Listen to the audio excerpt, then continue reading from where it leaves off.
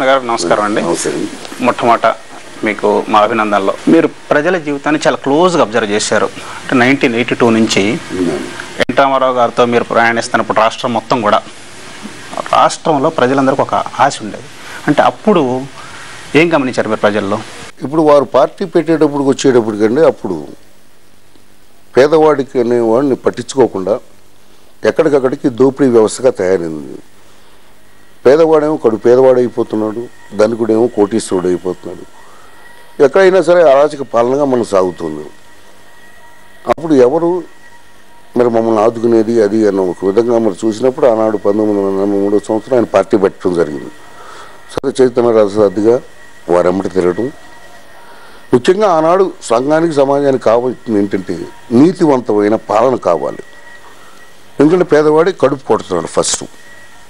నీతివంతమైన పాలన అంటే మరి ఏమంటే ఈ రాష్ట్రంలో కానీ ఎక్కడైనా సరే పేదవాడికి ఉండటానికి ఒక నీడ కానివ్వండి, కట్టుకోవటానికి బట్ట కానివ్వండి, తినటానికి భోజనం కానివ్వండి, ఏదైనా సరే తినటానికి తిండి ఇచ్చింది ఒక తెలుగుదేశం పార్టీ. మరి ఈ తెలుగుదేశం పార్టీ రాకముందు మీరు మనం ఒకసారి ఆలోచిద్దాం. ఆలోచిస్తే మనం చూసేవాళ్ళం ఇదివరకు విజయవాడలో ఈ కృష్ణలంక ఏరియా కానీ ఎక్కడైనా విజయవాడ ఈ గుంటూరు కానివ్వండి, గుడివాడ కానివ్వండి ఎక్కువగా ఈ పేదవాళ్ళు నివసించే ఇది ఉండేవి. ఈ పూరిపాకలు ఈ వేసంకాలం రావటం అది తగలబడిపోవటం. అప్పుడు దాకా ఈ కాంగ్రెస్ పార్టీ వాళ్ళు ఏం చేసేవారండి, వచ్చి 150 రూపాయలు ఇచ్చేసి 4 వాసు బంగులు ఇచ్చేసి అంతే నువ్వు ఇల్లు కట్టుకో అని చెప్పి. అంటే ఈ పథకాలు ఉన్నా కూడా పేదవాడి దగ్గరికి తీసుకెళ్ళలేకుండా వాటిని వాళ్ళు మింగేయటం, వాళ్ళు తినేయటం. అందుకే చెప్పింది ధనికుడు కోటీశ్వరుడు అయిపోయాడు అని చెప్పింది.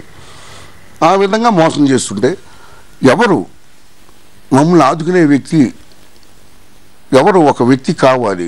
ఎందుకంటే ఇవన్నీ అవినీతి జరుగుతున్నాయి. ముఖ్యంగా మీరు ఒకసారి ఆలోచించుకోండి. ఆనాడు ఇదే హైదరాబాద్లో మరి రమిజాబీ అనే ఒక మహిళని అత్యంత కిరాతకంగా మరి ఓల్డ్ సిటీలో మరి జరగటం జరిగింది. యావత్ ఆంధ్ర రాష్ట్రం ఉడికిపోయిందండి. ఇక్కడికి నెలలే కర్ఫ్యూలు పెట్టారు. అప్పుడు మరి ఆ కేసు కూడా ఏమైందో తెలియదు, అవన్నీ అట్లా అయిపోయినాయి. ఎక్కడికక్కడికి మహిళల మీద అత్యాచారాలు, ఎక్కడికక్కడ దోపిడీ వ్యవస్థగా ఎవరికాడిని కొట్టుకోవడం, అన్నదమ్ములు కొట్టుకునే లెవెల్లో ఆనాడు పరిస్థితి చక్కదిద్దటానికి ఒక మనిషి కావాలి అని ఎదురు చూస్తున్న తరుణంలో మరి తెలుగుదేశం పార్టీగా మరి ఆయన పెట్టడం మరి ముందుకు వెళ్ళడం జరిగింది. అదే కాకుండానండి ఆనాడు రైతన్నలండి అసలు సమాజంలో ప్రతి వాడు ఇప్పుడు పేద బడుగు బలహీన వర్గాల వాళ్ళు ఉన్నారు. ఎస్సీలు కానివ్వండి, బీసీలు కానివ్వండి, మైనారిటీలు కానివ్వండి, ప్రతి వాడిని వంచుకుంటా ఆనాడు అప్పటి వరకు ఐ థింక్ 30 సంవత్సరాలు అన్నాడు 40 సంవత్సరాలు పరిపాలించింది కాంగ్రెస్ పార్టీ. దోపిడీ వ్యవస్థగానే వెళ్ళిందండి అది. ఇప్పుడు ఆ తర్వాత ఇప్పుడు ఎన్ రామారావు గారు ఉన్నప్పుడు ఎన్ రామారావు గారు అభిమానంతో తెలుగుదేశం అంటే ప్రజలు పట్టం కట్టారు. పట్టం కట్టిన తర్వాత ఆ తర్వాత పరిణామాలతో కొంతమంది పార్టీని విడిచి బయటకు వెళ్ళాల్సిన పరిస్థితి ఏర్పడింది. మరలా మీరు వచ్చిన తర్వాత వాళ్ళందరినీ తీసుకురావాల్సిన బాధ్యత మీ మీద ఉంది. అది ఏ విధంగా చేయబోతున్నారు? ఇప్పుడు ఎన్ రామారావు అభిమానులందరినీ అడుగుతాడు చేర్చాల్సిన బాధ్యత. చెప్పారండి స్తబ్దతగా ఉన్నవాళ్ళు అసలు ఈ స్తబ్దత అనేది ఎందుకు వచ్చింది నాకైతే తెలియదండి.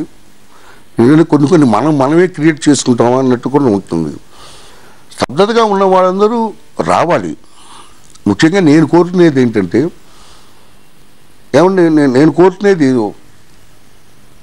ముఖ్యంగా అన్నగారి ఆశయానికై రమ్మని అడుగుతున్నా. అన్నగారి ఆశయాలు మళ్ళీ తిరిగి ప్రజల్లో తీసుకురావాలి. ఈ సమాజాన్ని మనం బాగుపరచాలి. ఇప్పుడు మనం చూస్తున్నాం ఎక్కడికక్కడికి దోపిడీ వ్యవస్థగా వాళ్ళకు ఊళ్ళు తింటున్నారు. మరి పేదవాడిని కడుపు కొట్టి వాళ్ళ SEZలని కానీ ఇదని కానీ ఇన్నర్ రోడ్లు అంటున్నారు, అప్పర్ రోడ్లు అంటున్నారు, అవుటర్ రోడ్లు అంటున్నారు, మరి లోయర్ రోడ్లు అంటున్నారు. అన్ని విధాలుగా మరి పేద ప్రజల్ని మోసం చేస్తుంది.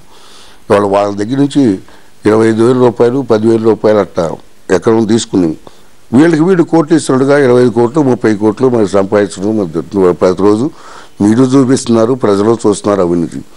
కాబట్టి అన్నగారి ఆశయానికై మనందరం కృషి చెయ్యాలి. ఇక ఇవాళ కాంగ్రెస్ పార్టీకి అంతిమ రోజులు ఆసన్నమైనవి.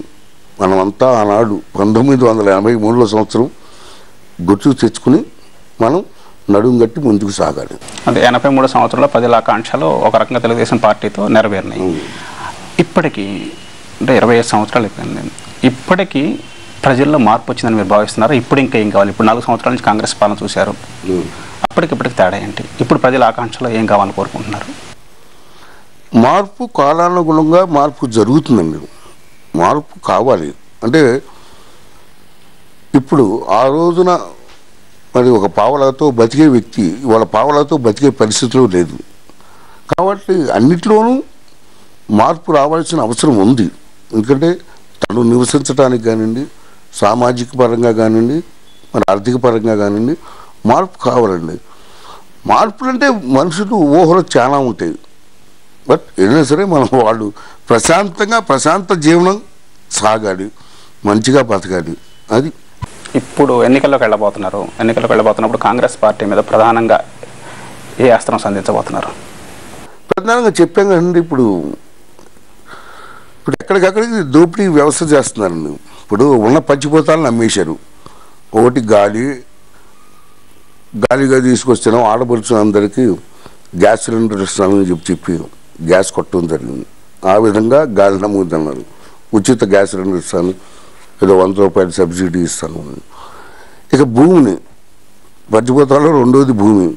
ఆ భూమి ఉందనుకోండి, దాన్ని చెప్పారు ఇందాక SEZల పేరు మీద ఇన్నర్ రోడ్లు, అప్పర్ రోడ్లు, లోయర్ రోడ్లు ఈ పేరు మీద పేదవాళ్ళు కలుపు కొట్టారు, రైతులను మోసం చేశారు. ఆ విధంగా భూమిని దోచుకుంటున్నారు. ఇక ఉన్నది మేఘాలు, ఆకాశం.